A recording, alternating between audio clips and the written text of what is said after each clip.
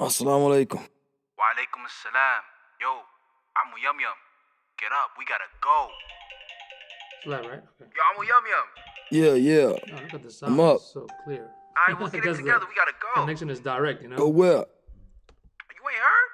Al-Khilafah has been reestablished. Bi-ithnillah. Okay, Say word. Can I access Allahu Akbar. Gather all the Google fam. Drive from here? We heading out We go to after the Dhuhr, inshallah. box. Inshallah, bet. Like right after Dhuhr. Got it. My notes when my phone Alright, about to die. assalamu alaikum. Wa alaikum salam wa rahmatullahi wa barakatuhu.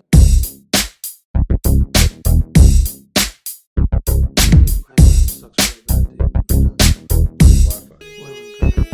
Sunlight just hit my window, that's shuru. Up since Fajr when I got the good news. To the believers, I must say Mabruk, and even to the Kafirs, y'all can come too. All I ask first, let us get it together.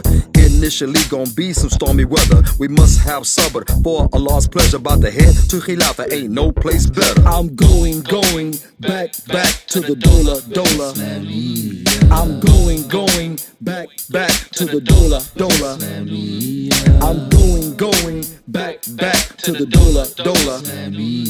I'm going back to the Dola. It's part of my iman, I make Hijrah to the land, but Allah's enemies oppose this plan. I advise that you should creep out slow, in case the kuffar won't let us go, and move freely to the land of belief. Not the fake Tawheed practiced in Saudi, talking about the real one under Shari'ah. Wanna stay behind, hell, I ain't mad at ya. All alphas leaving, only betas resist. Let me spell my name in case you missed it. It's the big A, M-O-O-Y-U, M-Y-U-M, thought you knew. If Shari'ah sovereign, I'm a citizen. Taqwa turned up, any man on 10. I'm going back to the Dola. I'm going back to the Dola. I'm going back to the Dola. I'm going back to the Dola. If I'm gonna choose a land, I got to choose a Dola. Islamia, I'm out here, see ya. Wouldn't wanna be ya living under kufr, especially after there's a Khilafah, and not just a land that's full of believers. While the leadership on that hook but dunya. Don't let the Kufi and the Arab clothes fool ya. Talking about ruling by Quran and Sunnah. I'm going back to the Dola. I'm going back to the Dola. I'm going back to the Dola. I'm going back to the Dola.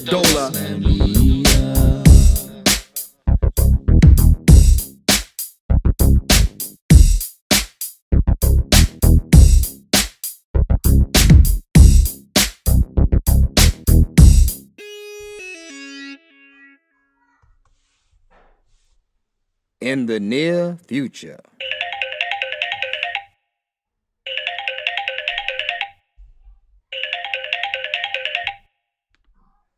Assalamu alaikum. Wa alaikum assalam. Yo, I'm Yum Yum. Get up, we gotta go. Yo, I'm Yum Yum. Yeah. I'm up. Alright, we'll get it together, we gotta go. Go where? You ain't heard? Al-Khilafah has been reestablished. Bi-ithnillah. Say word. Allahu Akbar. But I'm also Gather done all logging the to fam. my We heading phone out after Wi-Fi. Dhuhr, inshallah. Inshallah, bet. Like right after Dhuhr. Got it. Alright, assalamu alaikum. Wa alaikum salam wa rahmatullahi wa barakatuhu.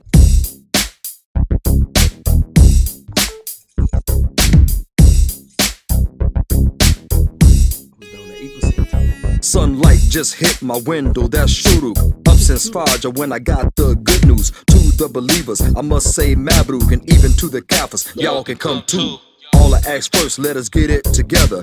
Initially gon' be some stormy weather. We must have sabr for Allah's pleasure. About to head to Khilafah, ain't no place better. I'm going back to the Dola. I'm going back to the Dola. I'm going back to the Dola. I'm going back to the Dola. It's part of my E-man. I make Hijrah to the land, but Allah's enemies oppose this plan. I advise that you should creep out slow, in case the kuffar won't let us go, and move freely to the land of belief. Not that fake Tawheed practiced in Saudi. Talking about the real one under Shari'ah. Wanna stay behind? Hell, I ain't mad at ya. All alphas leaving, only betas resist. Let me spell my name in case you missed it. It's the big A, M-O-O-Y-U, M-Y-U-M, thought you knew. If Shari'ah sovereign, I'm a citizen. Taco turned up, any man on 10. I'm going back to the Dola. I'm going back to the Dola. I'm going back to the Dola. I'm going back to the Dola. If I'm gonna choose a land, I got to choose a Dola. Islamia, I'm out here, see ya. Wouldn't wanna be ya living under kufr, especially after there's a khilafah, and not just a land that's full of believers. While the leadership on that hook but dunya. Don't let the Kufi and the Arab clothes fool ya. Talking about ruling by Quran and Sunnah. I'm going back to the Dola. I'm going back to the Dola. I'm going back to the Dola. I'm going back to the Dola. No, seriously, that's what I'm saying. So I have to double check. That's why I removed it. Because I gotta verify if she's telling the truth or just making up because, you know. It's hard to verify if she's telling the truth. Just to discredit. The media determines if she's telling the truth or not, because she don't have a voice. Yeah, because I saw another picture with like she's fine. In the near future. Yeah. And have a different story. Afterwards? Yeah. Assalamu alaikum, ahlan wa sahlan. Welcome to Amu Yum Yum, the podcast, where we seek to cure the kufr infected by injecting the Islamic perspective. Today is our 11th episode. Alhamdulillah. Alhamdulillah. Man. And we missed an opportunity last week to mention that we have reached a milestone of 10 episodes. Now, technically it's 20. Technically it would have been 19, excuse me, because we didn't do the one Wednesday. Yeah. Because we double up. We were Yeah. answering the reviews in the comments and what have you. Because most of the comments are just taslim, you know, and assalamu alaikum and things like that. You know, we decided to forego Wednesday, and we were going to do a different podcast Wednesday because we have two different ones coming out. We got Islamically, which is reaction from a Muslim viewpoint, and then there's, you know, real quick videos, and then we have the X-Factly dealing with divorce solutions, prevention, things like that. You know, so anyway, We're still working on that. So we're still working on that. So Wednesday we just forewent anything dealing with that. So again, I am Amu Yum Yum, the favorite uncle in the dean. This is Amu Yusuf, the most hated uncle. This is the uncle. And they say that if you're not hating, you're not doing anything good. Hey, that is true. That is true. So I'm very honored. You know, listen, this is a statement of some ulama. Yeah. That people are not opposing you or hating on you, then you're obviously not carrying the work of the Rasul Muhammad sallallahu alaihi wasallam, who was the most beloved person to Allah Ta'ala, yet people hated Muhammad sallallahu alaihi wasallam. You know what I'm saying? So again, they say, oh, you got to be kind, you got to be this and that. He was the most kind. Sometimes. He was the most kind. Yes, he was. And he had ardent enemies. Yeah. Even today. Yeah. Even today, people are mad at Muhammad sallallahu alaihi wasallam. So hate on. Allah Ta'ala says, die in your rage. Die in your rage. Must be an amazing rage. Yeah, amazing. So now it's time for random Fattis. Where are you at? Is he watching? I hope he's watching. Subhanallah. I thought you were not going to mention the name, but you did it anyway. Okay, not Fattis. Not Fattis. Yeah. Okay, so we go eat at this restaurant called Syrian Kitchen. Amazing restaurant, man.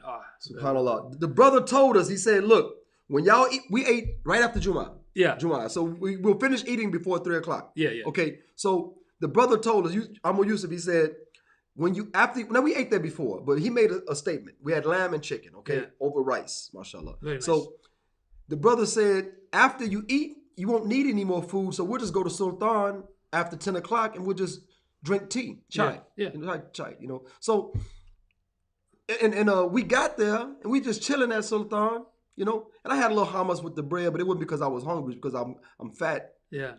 I'm fat and greedy. But so anyway, so we're just drinking the tea, and I'm taking Amir home last night. He said, "Man, Yusuf was right." He said, "I didn't even feel like eating nothing." Just like that. I mean, it's Mom was right. it's different when you eat a nice meal, man. It's a humble because you know the husband and the wife and the family in the back, the kitchen, making that food that you feel like this is food. If you visit the Muslim lands, Yeah. and the wife and the daughters or whoever go in the kitchen and cook for you, Oh man. it's like being at Syrian kitchen. I mean, I'm telling you. I mean, these people, mashallah. Yeah, but what happened to the story of Fattis?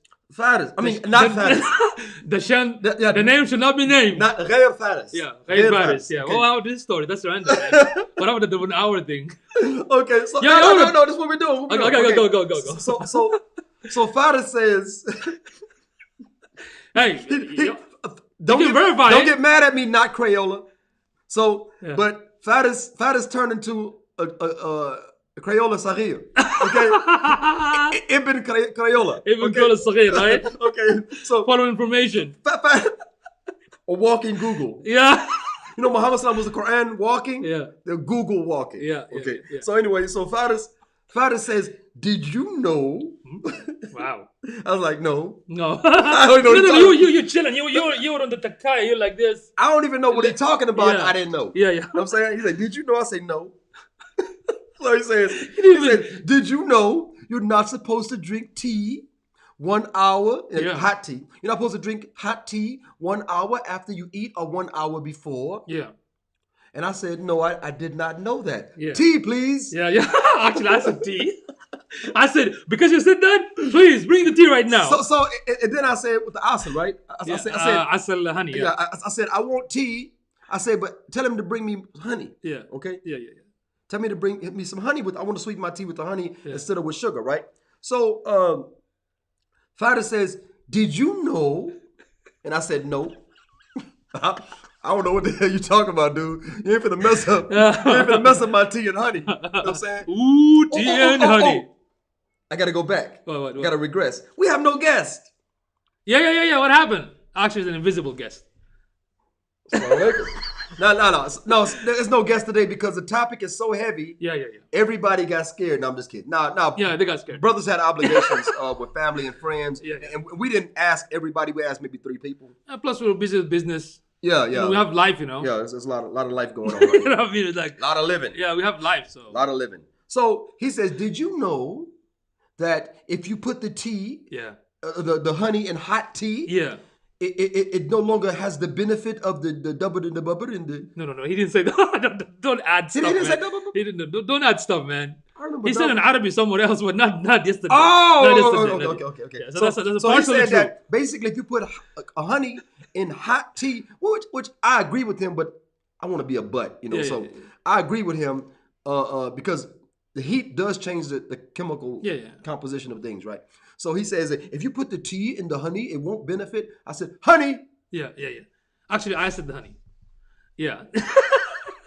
but guess what? Dude is stealing all my thunder, man. But guess what though? SubhanAllah. The original talk was about that 1 hour, right? Yeah, the 1 hour. Then Amir asking, what is your burhan? Yeah. It got deep. What is your proof? It got deep. His proof was, I don't know, article. I said, just because you're an article, that doesn't mean it's right. But anyway, we're not disagreeing with him. We're saying, you know what? If the audience, if y'all listen to this, if y'all know this is true, send us those information, those citation, those facts that if this is true now. Because I was going out my whole life drinking tea after eating. Yeah. So. And you know, I had in Morocco, I had Shaybi Halib, and honey. You know, tea, milk, and honey. And we had to force him to drink, but he didn't drink. Yeah. Amir gave in. Amir at first is like, yeah, he stood on his moral ground. He stood. You know, yeah. But Amir was like, he got confused. Then if I keep asking Amir, the owner, bring the tea, then Brandon and Amir, all of you keep drinking slowly in front of him. So me, I'm gonna pick on Fattis. Yeah. I'm gonna pick on Fattis. Yeah, he's a good brother. Because I love that brother, mashallah. Yeah. So brother from brother. Saudi, he's beautiful Very brother, good. mashallah. Yeah. So family man, mashallah. Work hard. Yep. So I'm picking on Fattis. You say, why are you picking on me? So good guy. Yeah, it's always fun. Because I'm you not know. a good guy. Yeah. So anyway, Not so a good I guy. told Fattis, I say, okay, I eat, And instead of waiting an hour, I just put the tea in my mouth and go.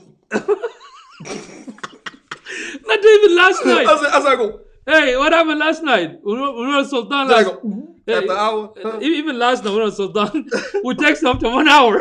Then he was like, "So you waited for 1 hour to text me? Hey, man, we're taking your advice." Yeah. And I'm at Sultan drinking tea. This is maybe like 7 hours, over 7 hours later. Yeah, it was like around almost like 8 hours 9:30, later. yeah. Almost 8 hours later, we're drinking tea at Sultan, and I'm like, I wonder if Fattis would approve. I wonder if Fattis would approve of us drinking tea at this time. Even Brandon came. Mashallah. Brandon came. He's like, "You want tea? I got it ready for an hour." Hey man. Oh man. Look. Y'all had to be there. Yeah, I mean, it was funny. Yeah. So let's now it's time. we go for the real stuff right now. Yeah, let's go.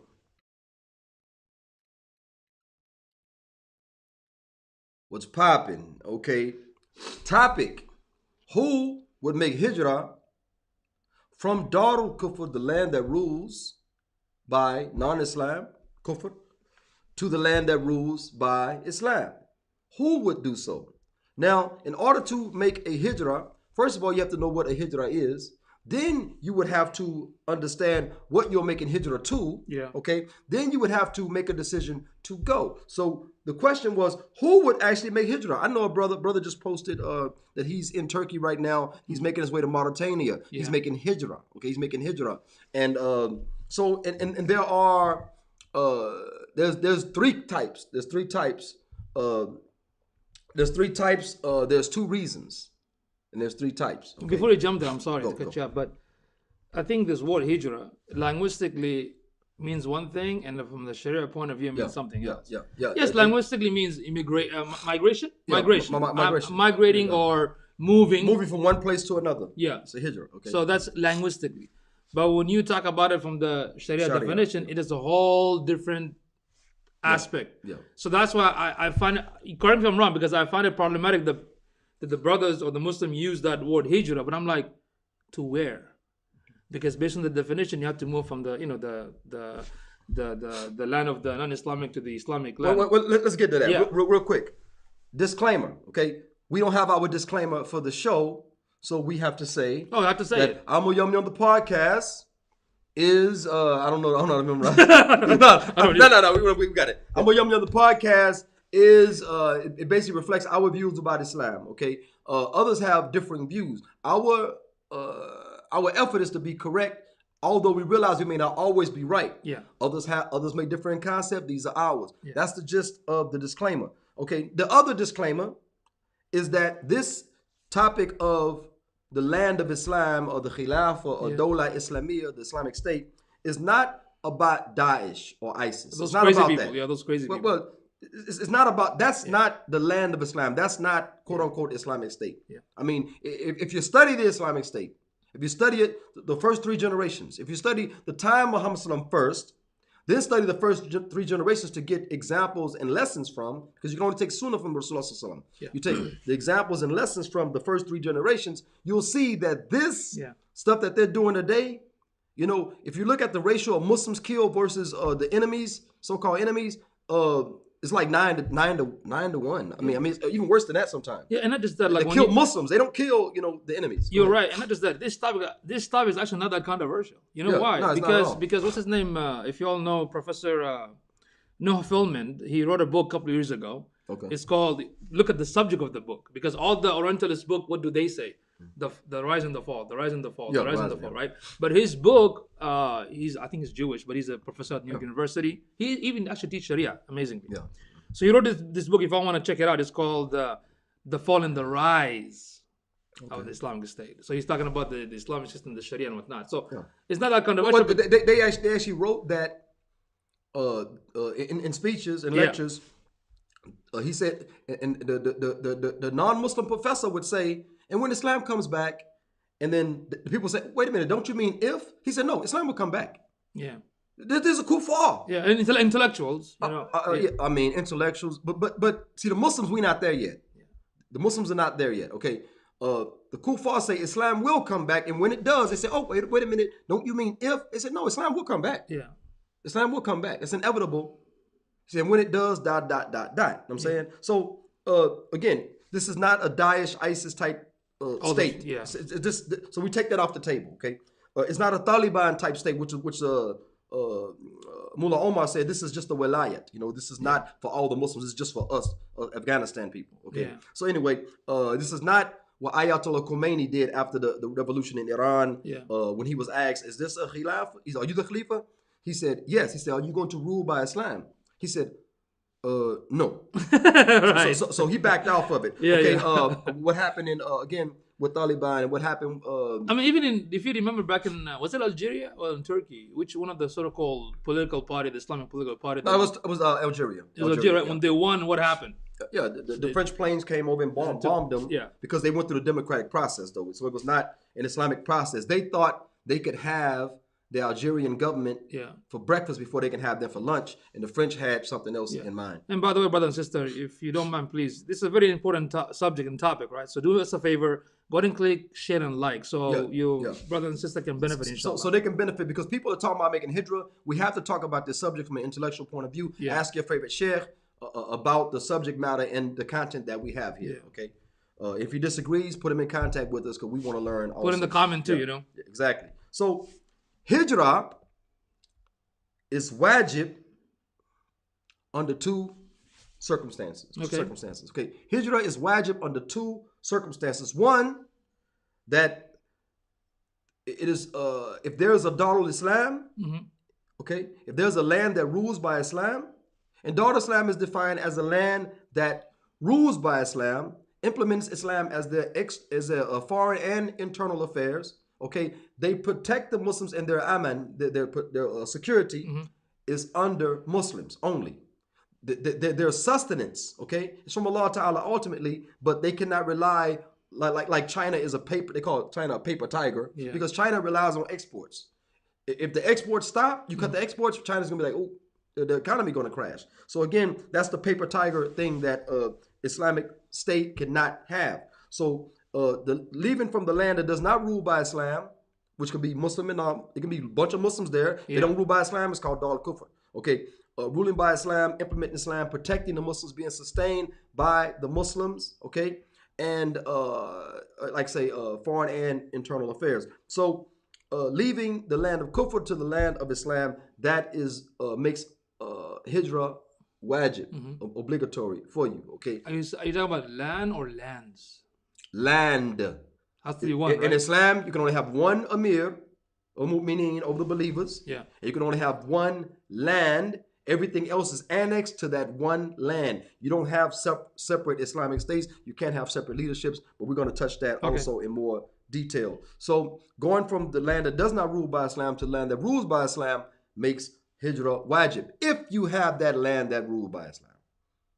If you don't have that land ruled by Islam, you go into the second category. Second category is what? You cannot practice the fardul ain, the individual responsibilities that Allah has obligated you to. They won't allow you to pray. They won't allow you to fast. They won't allow you to wear hijab. They won't allow you to make Jum'ah and things like that. When you're in a land that's oppressing you like that, you go to the Darul Aman, the land of security. You can go there and practice the basics of your deen. This is the Hijrah when the Muslims left from Mecca to go to Abyssinia. The Muslims left to go to Abyssinia under the Negus because he allowed them to practice the individual aspects of their deen. They didn't go there to establish the Khilafah. Of course, they gave dawah, but Muhammad SAW was concentrating in the lands that understood the Arabic language, the Jazirut al-Arabiya, and he ended up establishing it in Medina and not in Mecca. Okay, so again, if there's a land of Islam that rules by Islam, it is obligatory for us to move from here to go to that land and those countries and lands that are next to that land to annex, abandon their ruler and annex to the legitimate rulership of Islam. Second one, if you can't practice the individual aspects of the deen, praying, fasting, so on and so forth, then you have to leave that place where you are and go to the land, the Darul Aman, the land of security that allows you to do so, even if it's not under Islamic rule. Right. Okay. A lot of Muslims treat this Hijrah like better neighborhood. Yeah. I was raised in the projects on the rough side of town. Yeah. Going to school, walking, stepping over dead bodies. You know, often they die at night, and you know, with a shayateen or multiple. I'm stepping over dead bodies walking past cars with dudes sitting in the car with no head. His head is on the passenger side. His neck is right on the steering. His neck and body on the steering wheel. So I grew up in that type of neighborhood. There's better neighborhoods than that. There's gated communities. There's where Tim Duncan stays. There's where Tiger Woods visits. You know, there's places like that. Better neighborhoods. But is that a hijrah? Okay, is that a hijrah?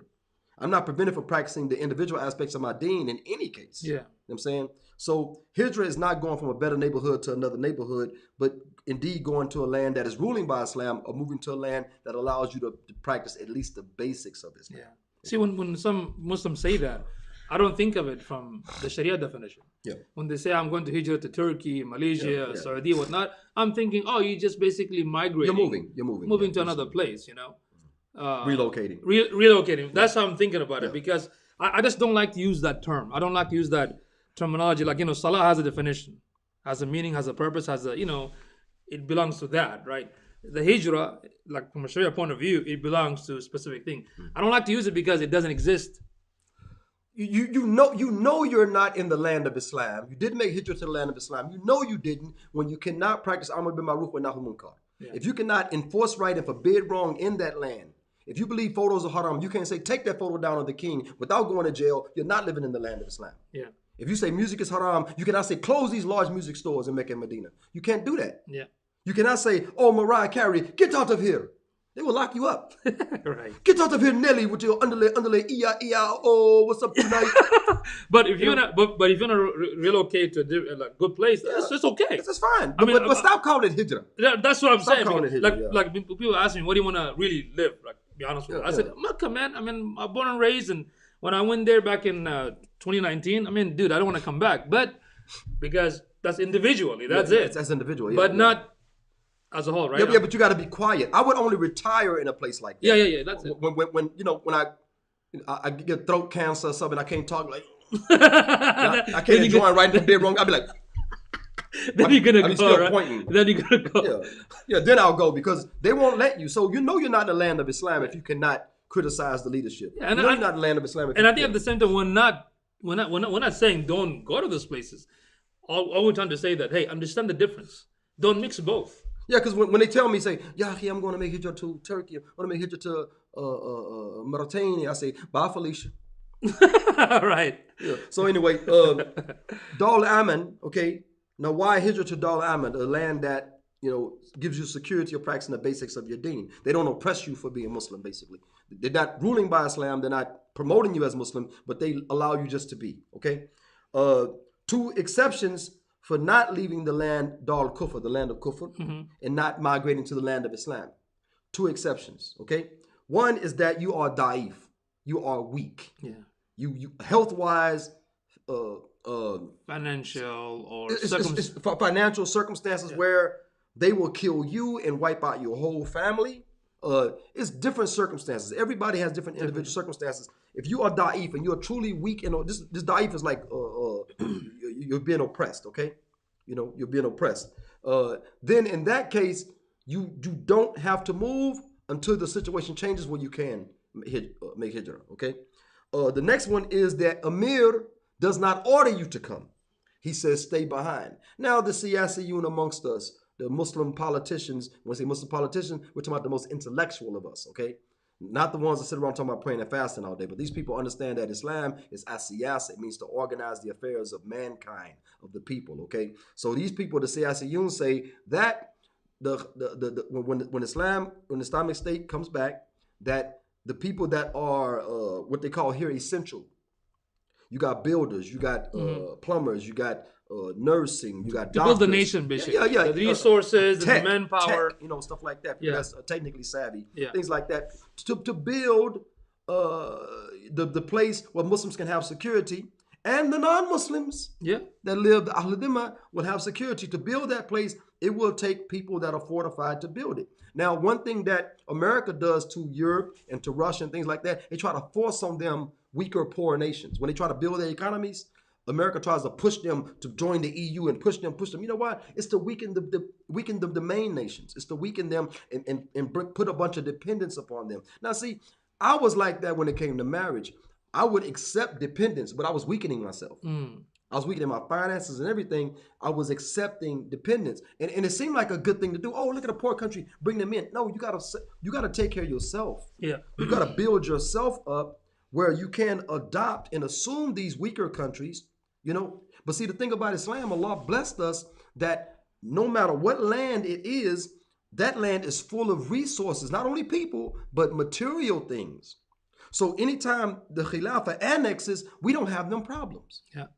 Because the economy becomes one, you know? And it's amazing. I'm gonna get into the zakat and the jizya, but it's amazing how Allah Ta'ala knows how much it takes, you know what I'm saying, to feed everyone living under the umbrella of Islam. You know what I'm saying? But that's what I had as far as that. If you're a da'if and you can't leave, the obligation is lifted from you until your situation changes, okay? Or the Amir orders you to stay put. Don't come just yet. I need these people, okay? I need these type Muslims. Strong, can labor, can direct the labor, can, you know, contractors. I need these type of people because we have infrastructure in order to build, in order to make. And it works. You know why it works? Yeah. If you look at American, for example, I mean, look at universities, NASA, tech. I mean, in a lot of industries, they do bring the smartest people. Of course. They bring the smartest people. Import. They do. You go to a lot of hospitals, Yeah. durka.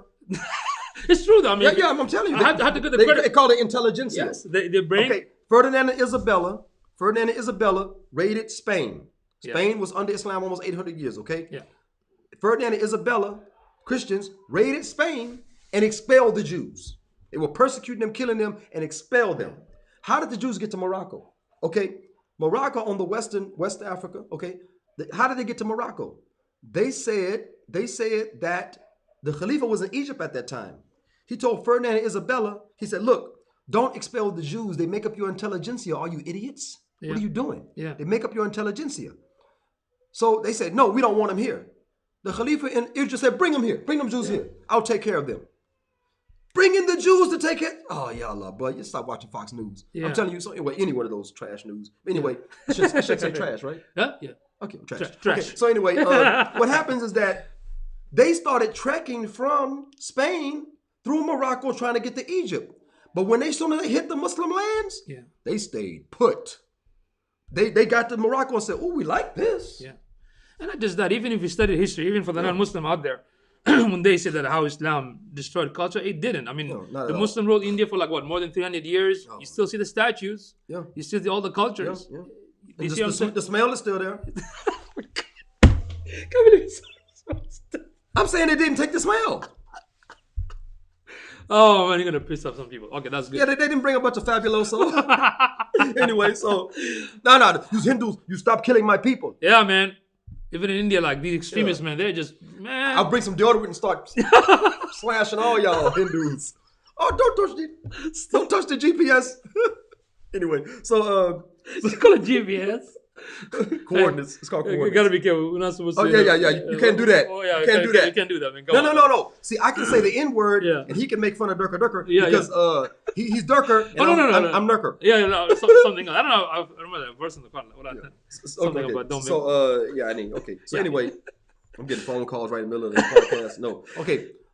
Dogcoffer versus Darul Islam. Okay, the land of Kufr versus the land of Islam. Dar could be house. Yeah. It can be land. You know, it's called Dar. Okay, the domain. Yeah, because the nation state does not exist in the Sharia. Does not. Nation states do not exist. These individual states ruled by these different rulers that Muslims, even now, I'm on a post right now, people are defending MBS. Yeah. They're defending MBS in Egypt, and they're defending them because Muslims are being oppressed and there's not an army to handle them. But if the Muslims act up, then the army comes. Yeah. And even in the Arab countries, I don't know how they do it in Arab lands and Muslim now, but I'm for sure 100% that in school they don't teach you the Sykes-Picot Agreement in 1916. I recommend every Muslim to study that, like how the colonists, how these the enemies of Islam, how actually they conspired for like more than 100, 300 years, and they gave you these lands, they gave you these flags.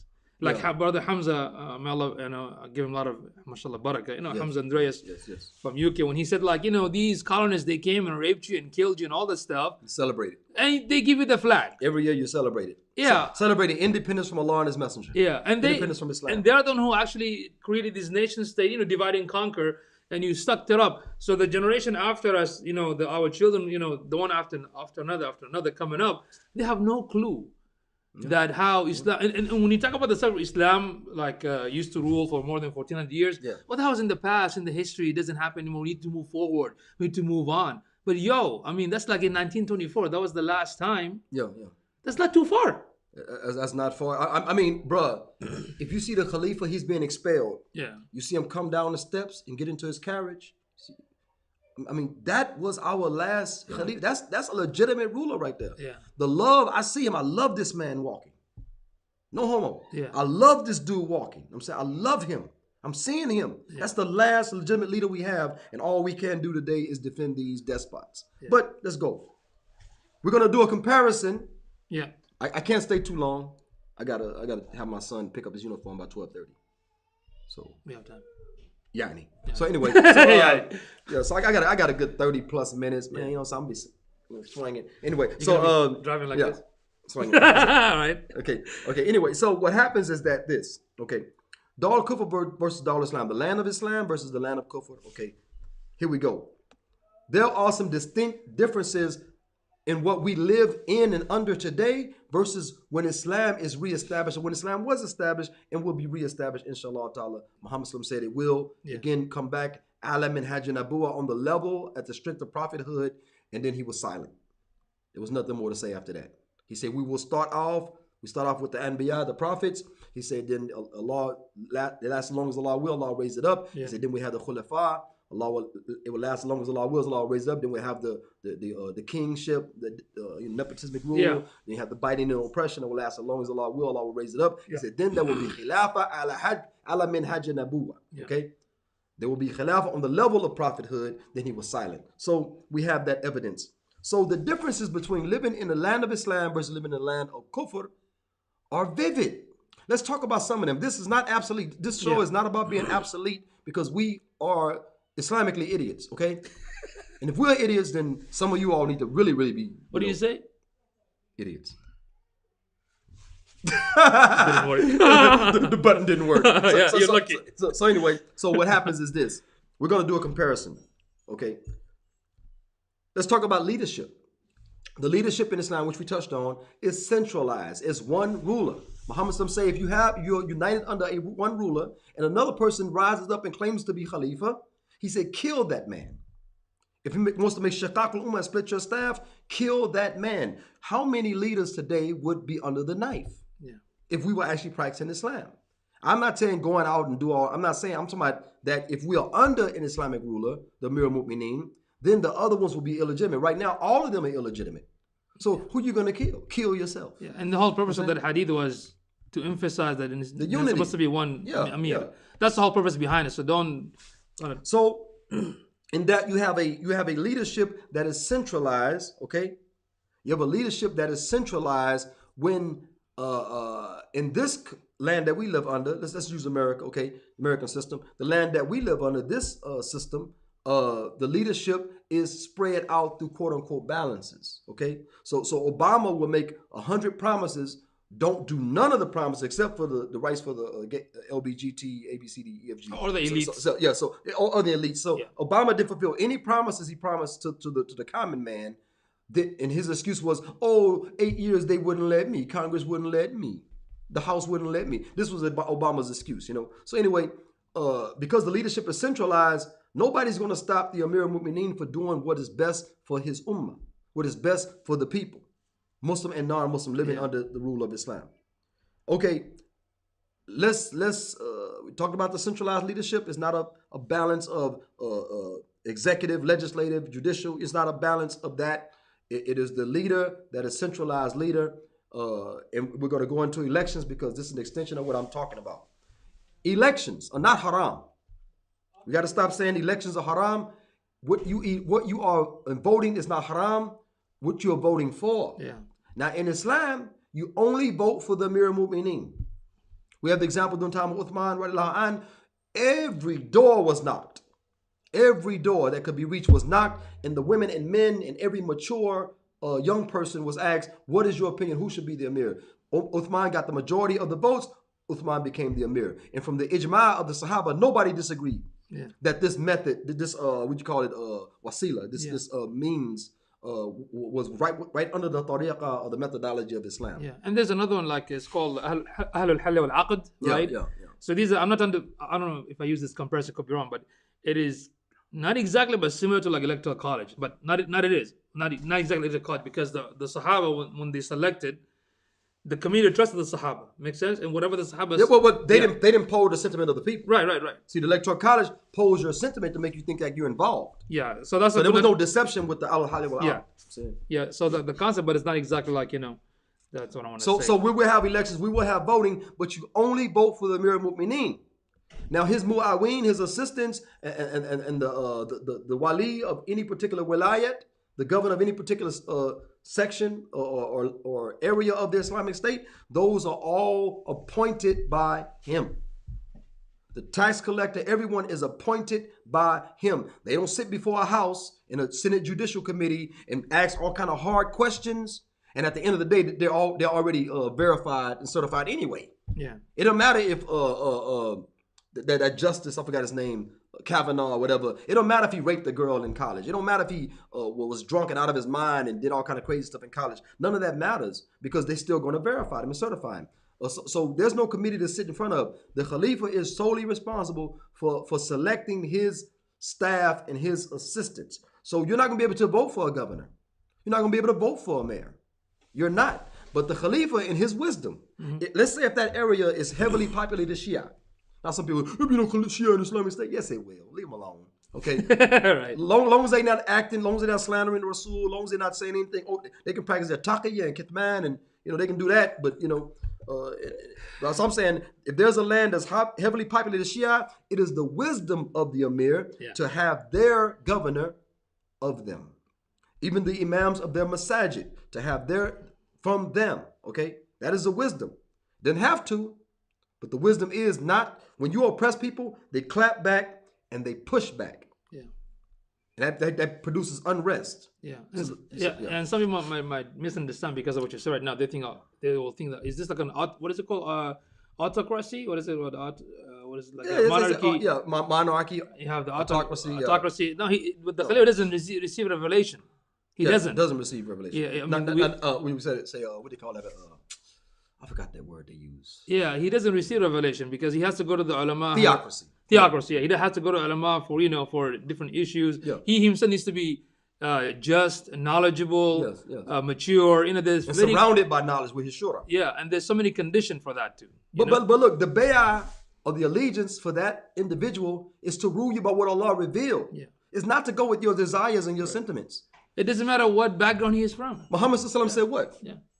Obey the Amir even if he beats your back, means he takes your zakat and he beats your back. Beats your back meaning that he implements the hudud upon you, and he takes your wealth. He extracts from you the zakat. Okay. And there were other instances where people had abundant wealth. The state needed it. The state would take it. Okay. Yeah. It wouldn't leave them poor, but when they had access. But you see, some folks use that to say that, no, you need to live like in a Muslim land. Even if they oppress you, you need to live under their oppression. They use that as hadith. Yeah. But that's talking about the zakat and the hudud. Yeah. If you are giving the people justice, okay? It's not punishing them just because, there's a punishment in the Quran, let's punish them. Yeah. But you provide no justice. Okay. And the other problem is that hadith is meant for the Amir that has been given bay'ah the proper way, not for these legitimate, not for these installed despotic, right? Puppets. It doesn't apply to that, but they use this sort of thing, man. I mean, it's crazy when you try to explain to the Muslim this hadith or this ayah does not reflect the reality of what you're trying to address. So if you don't want to go because you say, well, I like to vote, well, go ahead and vote for these kafirs. Go ahead, do what you got to do. You know what I'm saying, if you don't want to go. That's more room for me. I can stretch out a little bit. Right. Stretch out. So next subject. We're just going to run through these and try to elaborate somewhat. Okay. Taxes. Now, they take about 40% of taxes. If you don't have any deductibles, if you can't show any receipts, whatever, they're gonna snatch about 40% of your taxes. When you see LeBron James has a $35 million contract, he's not seeing 35. He will be, quotation marks, lucky to see 20. You know what I'm saying? They are pulling. He got to put his shoes on there, his clothes on there, his home, his hotel stay. He got to put his travel. He got to put deductible to get it down. But at the end of the day, you can get a money manager and an accountant to maneuver the tax system, but the taxes are zakat, 2.5% approximately, they estimate. Okay, the jizya from the non-Muslims that live under Islam, Actually less. actually less. Way less than us. The jizya is actually less than the zakat is, so the Muslims have to actually pay more. Okay, but 2.5, Allah in His wisdom say 2.5% is enough to alleviate poverty. And people are fighting not to pay 1%. The rich are fighting not to pay 1%. SubhanAllah, man. Yeah. And then you got middle class, which they're trying to eliminate. They're trying to have this rich and poor, and only middle class. Middle class are paying like 40% taxes. Yeah. Man, I'm telling you, if I tell the IRS I made this much, they tell me I owe this much. I'm like, whoa, man, how can I owe that much? Well, what's your deductibles? Yeah. I'm like, nigga, I worked. Right. I worked and I made my money. But that's true that the middle class in America actually pay the most, in taxes. Man. They're like That's actually crazy. holding the country. You know what I mean? So if you go to church, you're gonna pay 10% to the minister so he can whip in that Mercedes. You know what I'm saying? That Bugatti. You can pay to your minister that 10%, but that has nothing to do with the state. If you're living under Islam, Dar Islam, the Muslims will pay 2.5% approximately, and the kuffar will even pay even less in jizya. Yeah, even less. Even when they pay the jizya, that's actually for them. Yeah, it's for them. Yeah, it's they're for them. still gonna basically help them with whatever they need help with. The wealth goes in a cycle right back to them. It's so that Allah says He ordained this economic system. It's in the Quran. He ordained this economic system. Why? So the wealth will not be concentrated in the hands of a few. You ever hear about the 1%? Yeah. 99% of the wealth is in the hands of 1% of the people. So Allah says He ordained this economic system of Islam. Why? So that the wealth will not be concentrated in the hands of the few. And in His wisdom, 2.5%. Yeah. In His wisdom, the non-Muslims living under will pay less than that. How many non-Muslims are under tax problems right now when Islamic State comes back? Peace! I'm out of here. Yeah. They are out of here. Dude had a beef with the IRS in Austin. This is after 9/11, okay? He had a private plane. He had a beef with the IRS in Austin, Texas. Yeah. He took his plane and flew it into the IRS building. Yes, he did. Oh God. Look at the news. Yeah. Look at the news. I forgot what year it was, 2003, 2005. Yeah. He flew his plane into the IRS building in Austin because they say, we finna take your plane. We finna take this. They devastated him with taxes. Imagine he was paying 2%. He'd be flying his plane around that building. You know what I'm saying? This is the problem. Yeah. But in Islam, again, those are the taxes. Yeah. Beautiful. Of course, you got land taken by force. There's a tax. Land given without force. There's a certain tax. But that's different. The other thing that maybe this can relate to a lot of Muslim and non-Muslim too, especially in the loan system in Islam, there's no interest involved. No interest, not at all. It's supposed to help you. What you borrow is what you pay back. Yeah. Allah says if they can't pay you back when you ask them to, give them time or remit it. Allah will give it back to you. Look at that right now with the student loans. They're talking about how many $1 billion industry, and they try to the lady, remember that dude? The lady, you can even say Ruth Bader Ginsburg. Yeah. You can say Ruth Bader Ginsburg. He said the lady. Anyway, this lady had $90,000 in student loan debt.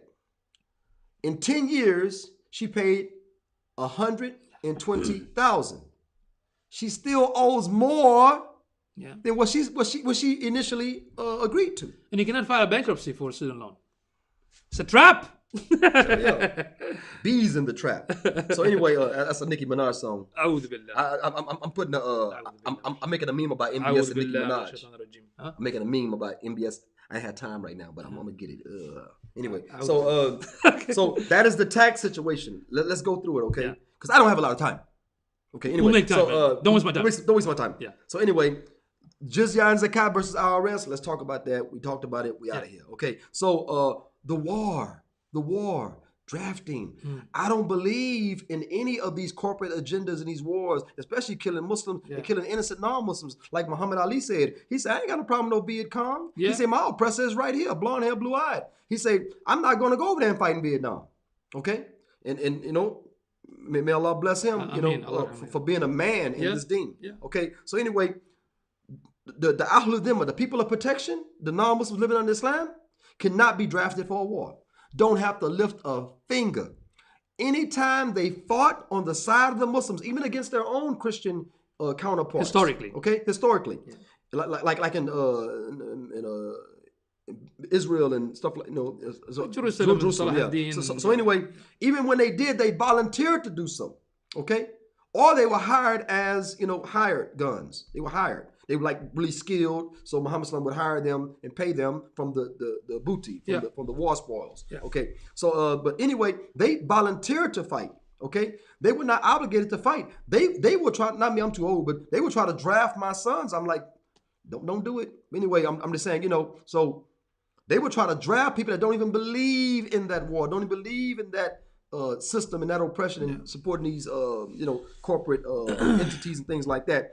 The Ahl Dhimma, the people of protection, the non-Muslims living under Islamic State cannot be drafted to fight. You cannot make them fight on behalf of Islam, even if they are tearing us apart.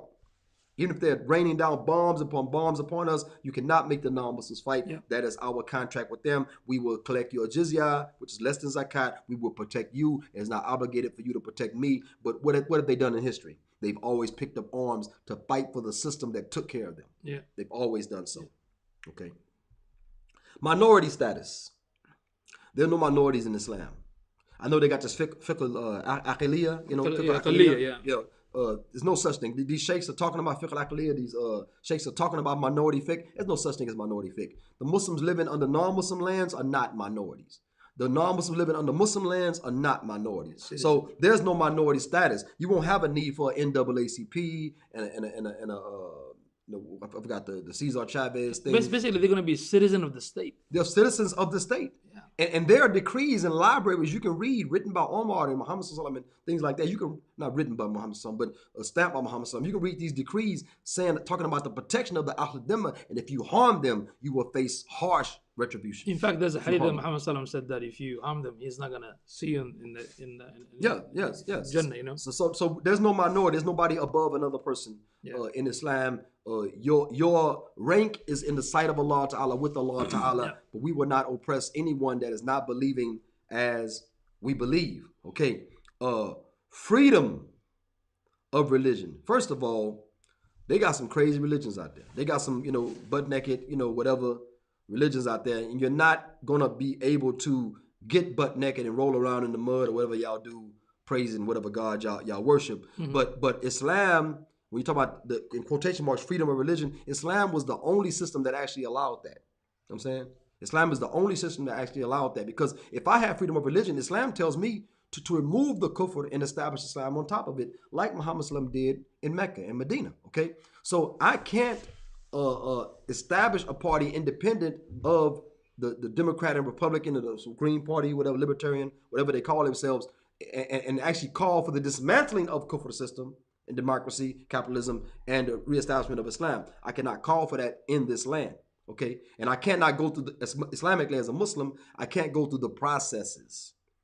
Islam has its own tariqah, has its own methodology, own process. So again, you can practice only so much. Like, in our belief system, you can have up to 4 wives. Islam didn't mandate that. Islam didn't initiate that. Islam refined it and gave the woman's rights. We talked about that within it. So I can't just go get a marriage license here and a marriage license there because I want both on my insurance. The insurance company said, no, you only have 1 woman on your insurance. You can have about 5 dudes, but you only have 1 woman. Insurance company, boy, you can get it in insurance. Come a dude on dude, woman on woman, you can get it in. But as far as a woman, they only want 1 family under that man, under the insurance. And the reason some intellectual amongst them said, amongst us actually said that one of the reasons they won't allow polygyny as for the Muslim openly, as far as marriage license, things like that, hospital visits, things like that, is because the insurance companies don't want to have that many people under policy for as health is concerned. Also has a lot of tax purposes too, Yeah. It's a lot of stuff goes with that. Yeah. So dress code, okay.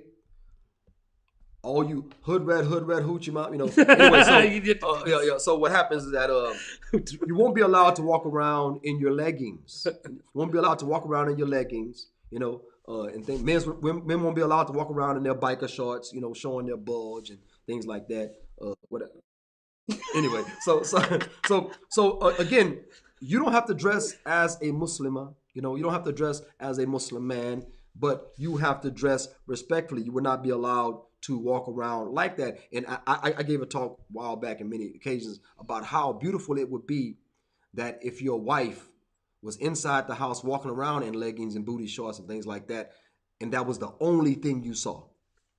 So you come home now relations are tightened and strengthened. Yeah. You know what I'm saying? Things like that. So imagine that was the only thing you saw. But what you do see, you see all these magnificent, impeccable women walking all around butt naked, and you go home to your wife, and she may not look as appealing as these women do. So you have to look through your Islamic eyes. Okay, your Islamic eyes. This is trash, and what I have at home is that precious commodity. Okay, so again, like I said, if people were not walking around naked in society, and you came home, you most likely will get it in because that's where that's where your energies will go. Yeah, and sometimes what happens because the culture and society, it can also turn into some sort of, what is it called? Desensitized, something like that. Yeah, desensitized. It can be desensitized that becomes like, you don't even feel it. That's yeah. I mean, it's there are many people that had to normalization. They had to go to extremes in how to fulfill their sexual pleasures. Yeah. They had to go to extremes. They end up going on the other side. They end up going on the other side of the mountain trying to fulfill their desires because society desensitized them. To normal relations. Yeah. You know what I'm saying? So somebody asks, how do you get that spark back with you and your wife once it's lost? I say, stop looking at porn. Yeah. Stop looking at porn. Stop lower your gaze. Borno. Okay. Lower your gaze. Stop looking at the borno. Don't be so desensitized to your beauty of your wife and the treasures of your wife, your zinah of your wife. Don't be so desensitized to that because you're looking at other places that look different than her. And that's the way a man loves like this. Oh, yeah. A man loves right Visual. Here, through here to here. Okay. Yeah. So again, that's something that you have to do. You have to fast from all of that kufr, fast from all that fahsha.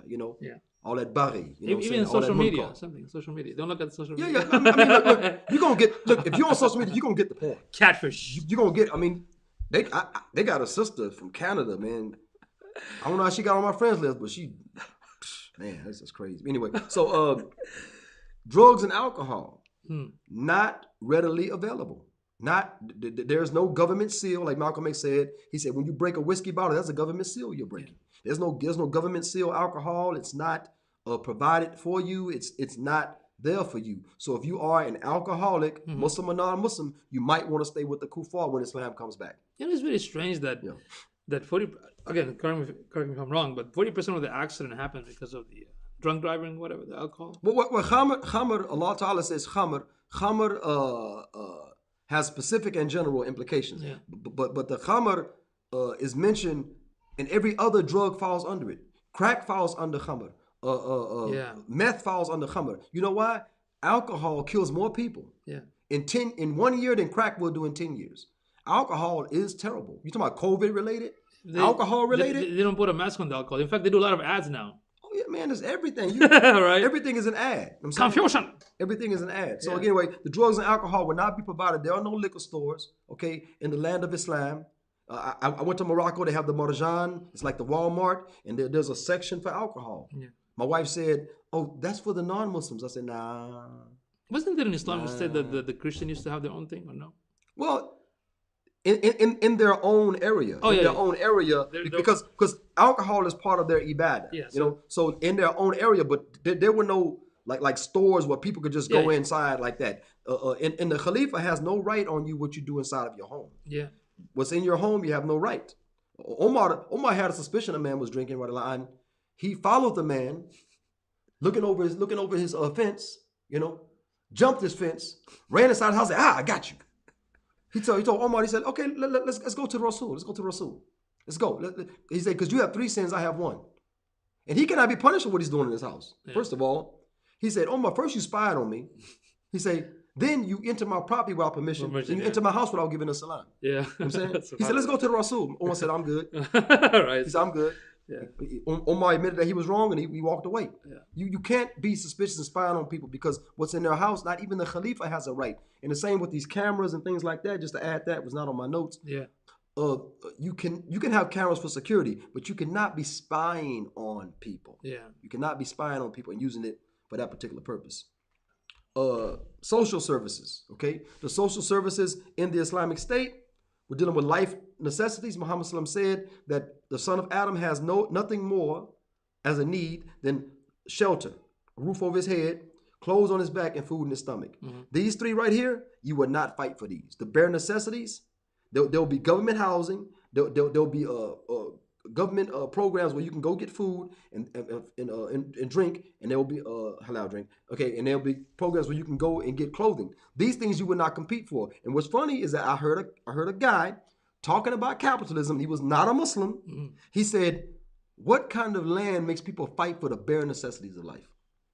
I'm walking in Walmart this morning getting this Cat 5 cable, right, for the podcast, because we've been kind of having issue with the Wi-Fi. Yeah, the issue with the Wi-Fi. So we've been on the blink. So I'm in there. I pass by. I see a 65-inch TV.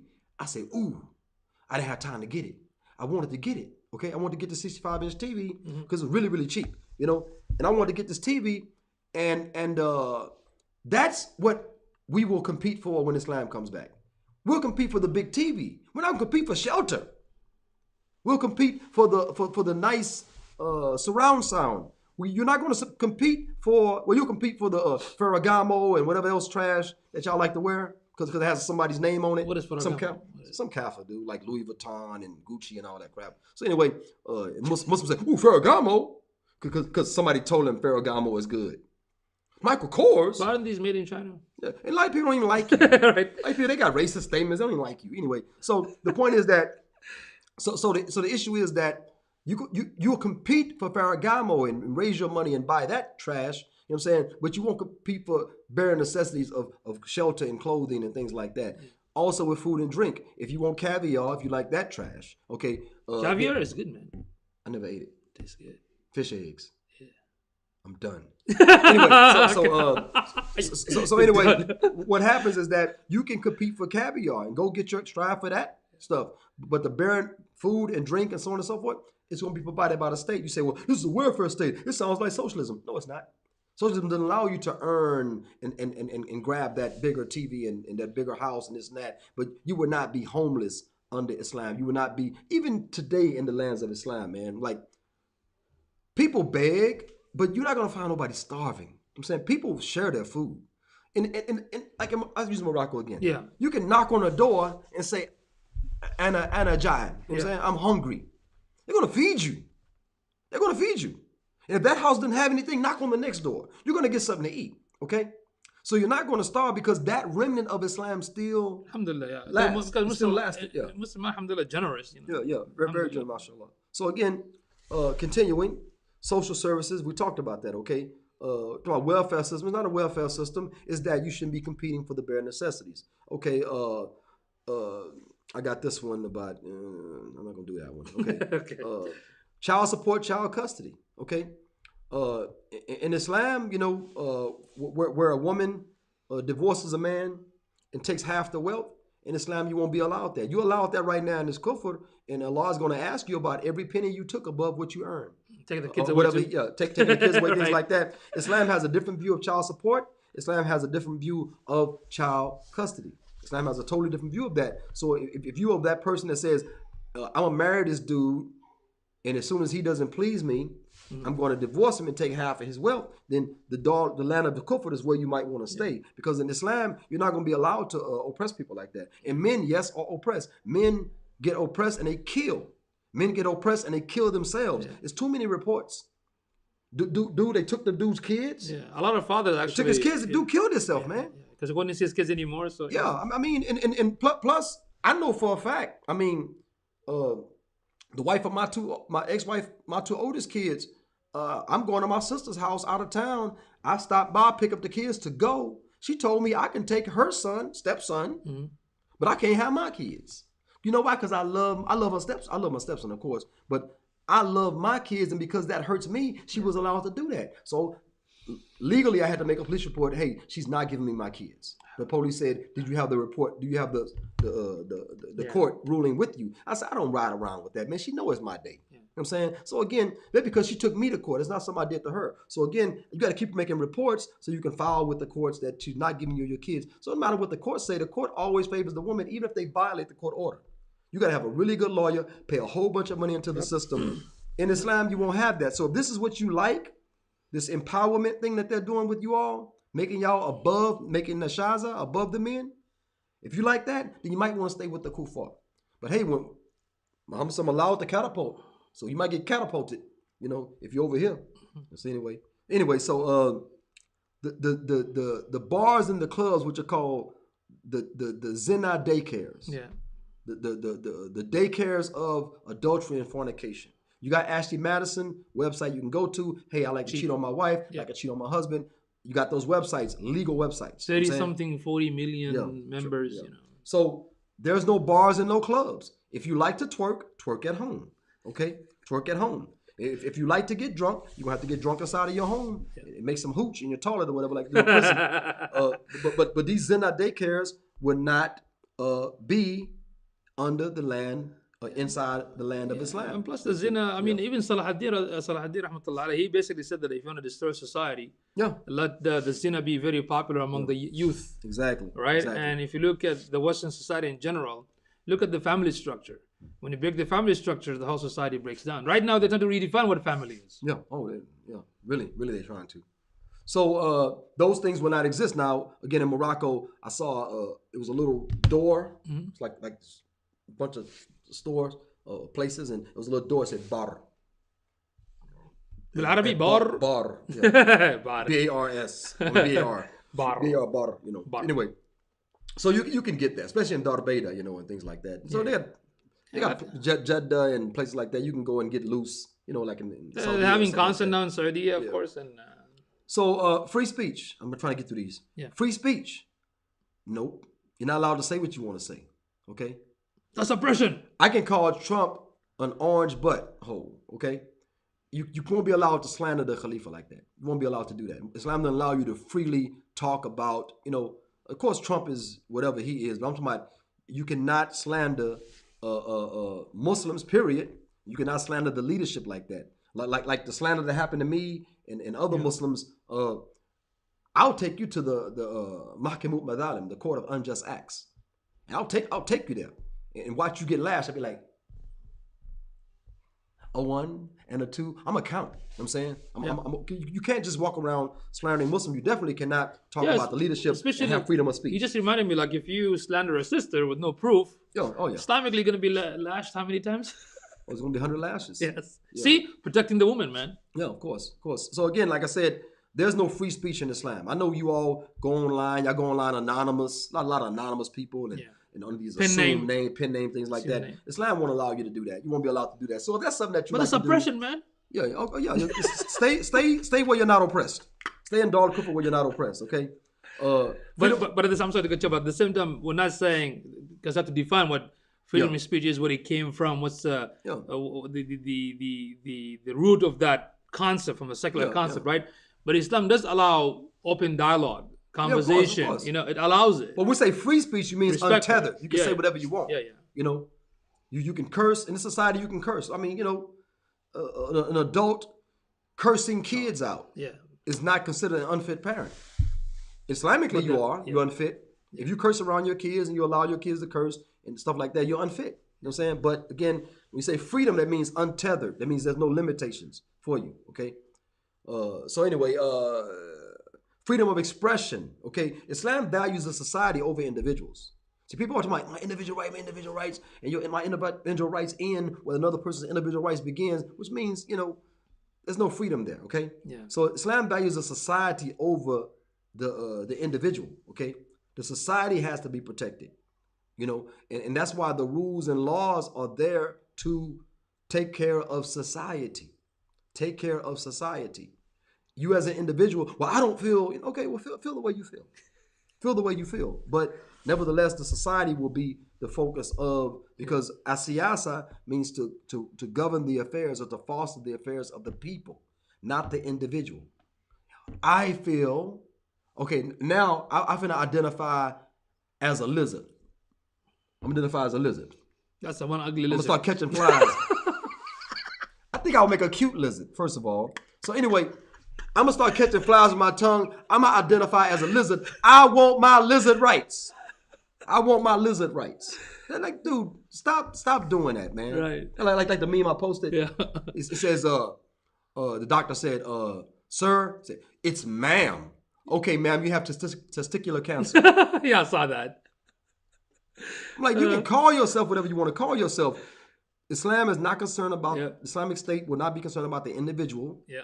It'll be concerned about society as a whole. So if you got some chemical imbalance inside your head, don't expect that to become a common, among society. Yeah. So anyway, the freedom carrot, freedom is the carrot put in front of the donkey to make the donkey walk and carry the load.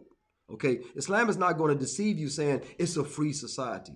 It is a governed society. Yeah. It is a just and fair society. A society where your children are way less likely to be molested. Your family is way less likely to have be killed by a drive-by from an errant bullet, as a casualty of gang violence and drug transactions and things like that. That is what the society is about, the Islamic society. So the freedom carrot, offering you freedom, saying, oh, stay in Dogcoffer, you're free. You ain't been free yet. If I don't pay I bought my house cash. Yeah. If I don't pay my taxes, they would take my house. Yeah. That means I don't own my house. Yeah. So where's the freedom in that? That's personal. Okay. So anyway, no, it's for everybody. Actually, everybody. Yeah. They said, was it 36 million people might lose their homes because of the COVID thing? Yeah. Something like this. It's a lot of stuff. Anyway. So anyway, I might not have those numbers correctly, but I know it's a lot of people. Okay. Yani. Talked about that. Okay. Witnesses versus a jury. In Islam, if you are accused of anything, let's say you're in court accused of something, there's no 12 jurors. These individuals that were picked just randomly, these individuals that are picked randomly to judge your situation, to listen to your lawyer lie and manipulate, listen to the DA to lie and manipulate, and then they try to deliberate in between that. No. There'll be only witnesses, not a jury to decide. You know what I'm saying? There'll be only witnesses and not a jury to decide. So again, this is what we're dealing with. This is this system, okay? There's no jury in Islam. Yeah. Unless that jury is composed of all those witnesses, that's all you do it. Or saw that you didn't do it, you know? So again, and the last one I'll mention is it's beautiful because in Islam, now you say, well, there were no cars during the time. Yeah, there was some cars in Islamic State, later part of it. Yeah, but I'm saying that the way Muhammad Sallam used to walk through the marketplace, they had like lesser judges, these like smaller judges. They would walk through the marketplace and make sure people were not weighing down the wheat with moisture and things like that, and mixing the dry dates cheating and the wet dates and cheating in the marketplace, so on and so forth, which is a high crime in Islam. So like I say, the people that understand Islam, and when Islam comes back, they talk about how there'll be, like, I was in a car wreck recently, right? Okay, another one. So anyway, What was that? I hit this lady. When? She in the truck hit me. Oh, that one. Okay. So and I will say no more. That's it. I am walking in my truth. That's it. Your truth. my truth. That truth sucks, man. It sucks real bad. so what happens that when it comes to disputes in the market, okay, when it comes to traffic accidents, there are lesser judges that will arrive on the scene and make a decision right there because it just happened. Yeah. They'll make a decision right there. It won't be long lines at the court. You got to go to court. Now it's all set off. The police show up. The police doesn't show up. The police lying. It won't be like that. These be lesser judges riding around and handling these things. So an overcrowded court situation would be, and if the kuffar adopted this, they'll be like, wow, But they adopt little things in Islam, but you won't know it come from Islam. But they're just trying to ease their confusion of the limitedness of the mind, of the human mind, But nevertheless, like I said, Islam is far superior in these regards. The Islamic State will function different than Dar al-Islam will function different than Dogcoffer. And if when Islam returns, when it returns, bi'idhnillah, that if you choose not to go, then alhamdulillah. If you choose to go Alhamdulillah. This is for Muslims and non-Muslims alike. Yeah, and that's why I personally recommend that for Muslims and non-Muslim, when you study Islam, study it from systematic comparison. Because right now, what governs society nowadays is the secular belief system, it's the democratic belief system, or maybe the common is not there anymore. I mean, these are that rules the world right now, right? Yeah. So Islam, you have, when you do a comparison, you don't do comparison Islam with other religions. Other religions don't have a full system. Make sense? That's how to compare it, right? Yeah. But we don't present it that way, unfortunately. We present Islam just like any other religion. That's why when it comes to these critical discussions, Islam doesn't have. There's a disconnect. This complete disconnect. Like, what? And people will say, like, how you all know about the Islamic State so much? Well, you got to study. Yeah. You see, in order to study your deen, you got to study what does it mean when your deen rules. Yeah. Because that's why people are defending Saudi. They're defending Egypt. They're defending these different so-called countries, so-called Muslim countries, so-called Islamic countries. They're not Islamic. They're Muslim countries, but they're not Islamic countries. Yeah. Even with a non-Muslim, when the non-Muslim have a conversation with me, Islamic, I said, look, there's no Islamic countries. Yeah. Saudi is a Muslim land. And one lady told me, so you say, it's my deen. And I explained to them, when that's what they mean, I said, these are Muslim land. Yeah. They are not Islamic because they are not ruled 100%, first of all, by the so-called Islamic system. Because it has its own conditions and shurut and ahkam. And plus, in Islamically, you cannot have more than one country. Long story short, every land right now, not one speck of dirt, not one grain of sand rules by Islam. That means even your country, the one you love so much and you defend, is Dogcoffer. Yeah. By definition. By the Sharia definition. By Sharia definition is Dogcoffer. If there's no jihad to free the oppressed, if there's no annexing of other lands, you know what I'm saying, to alleviate the hardships of Muslims and non-Muslims alike that live there, then your land is not Dar Islam. Yeah. You can call it whatever you want to call it. You can go to heaven with all that. Yeah. You know what I'm saying? Literally go to heaven. Yeah, that's why you can call it Muslim countries. Yeah, you can't call it Islamic. But not Islamic. Yeah. That's completely wrong. I mean, that's not, again, it doesn't fit the definition, So I think we beat that horse up. Moving on, now it's time for shaking my Muslim head. It's not going to be about the tea. No. We're not going to shake our head about the tea. We're not going to shake our head about the tea. What we're going to shake our head about is to reiterate, okay? Allah Ta'ala's, the qadr is the measure. Mm-hmm. It's the measure. Allah made fire burn. It made wood combustible, okay? It made water wet, okay? Water wets, okay? So if you want to wet something, you don't wet it with fire. You don't wet it with wood. You don't burn water, okay? You burn wood.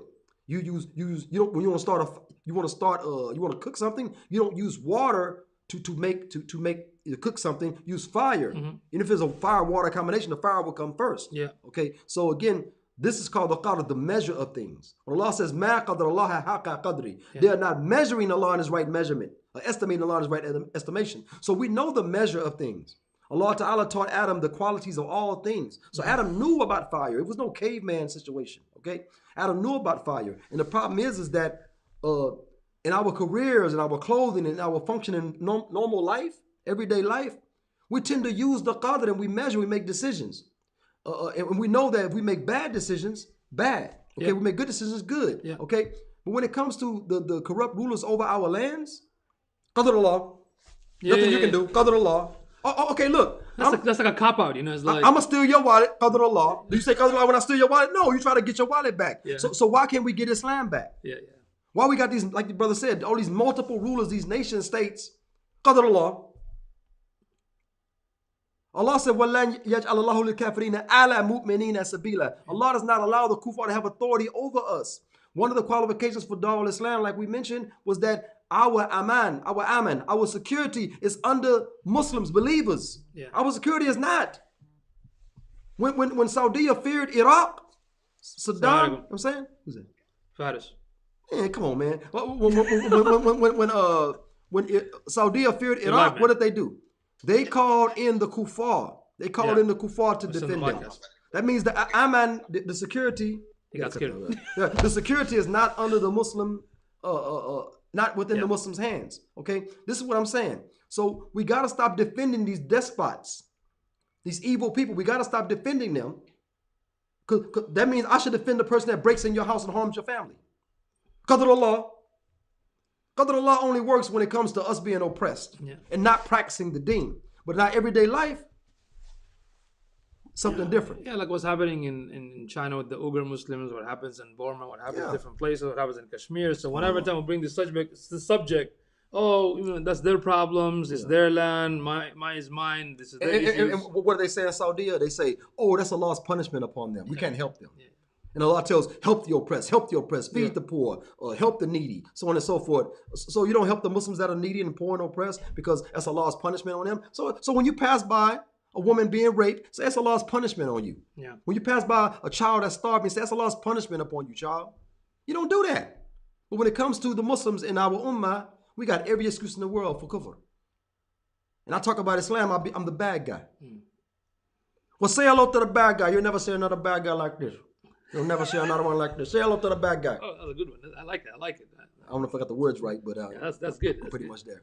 Tony Montana. That's good. So anyway, Yani, I have to go pick up my son. Yes, it's almost like 11:48. My son, and take him to pick up his uniform. Yeah, we scared Fattis. He called and got scared. So. He called after 1 hour on the podcast. Maybe he was drinking. Yeah. See, after his food digested, then he called us for the tea.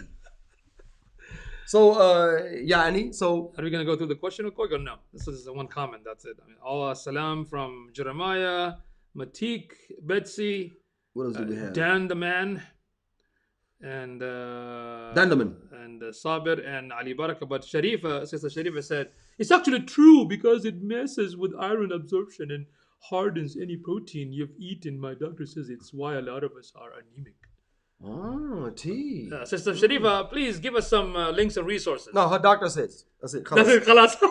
Her doctor says. I'm not fully convinced. قال طبيب. طبيب. قال طبيبها. I'm not fully convinced. قال طبيبها. Oh yeah, oh, good. Yeah. I like that. قال طبيبها. Yeah. Oh yeah. قال طبيبها. Yeah, her طبيب, her doctor. طبيبها. That's good. This is أهل ذكر. MashaAllah. من أهل الذكر. I'm proud of you because for the first time after like I don't know how many years. No correction. You right. So is that it? That's it. Alhamdulillah. Khalas. They definitely making hijrah, mashallah, sabr. Yeah, sabr. Sabdullah, yeah. So that's all that we have for today. No guest. Inshallah, next time we'll have some guests. Yeah, and don't forget, share or comment or disagreement. Like, dislike, it don't matter. Yeah, whichever. Okay. Yeah. Share it and let's produce a discussion about Islam versus non-Islam. Yeah. We have too much non-Islam. Yeah. Too much non-Islam. Do yourself a favor in the sight of your Lord, and let's keep the discussion going. Yeah, okay, even share with your non-Muslim friends because we can have that discussion. Because I mean, they yes. deserve to know this. They deserve it. Because they go through a lot of life situations. Oh, they go through. Bruh, Daesh, so-called Daesh, ISIS, whatever. A whole bunch of young white girls went. What the a whole bunch of them left and just like I don't know why they did. Maybe because but imagine all of the points we mentioned about the taxes and the this and the that. Yeah. Imagine how many non-Muslims be like, man, look, I'm out of here. Yeah, I'm out of here. You know what I'm saying? So anyway, they need to know this stuff. So that's all that we have for today. Thank you for tuning in. Like, share, subscribe. Assalamu alaikum wa rahmatullahi wa barakatuh.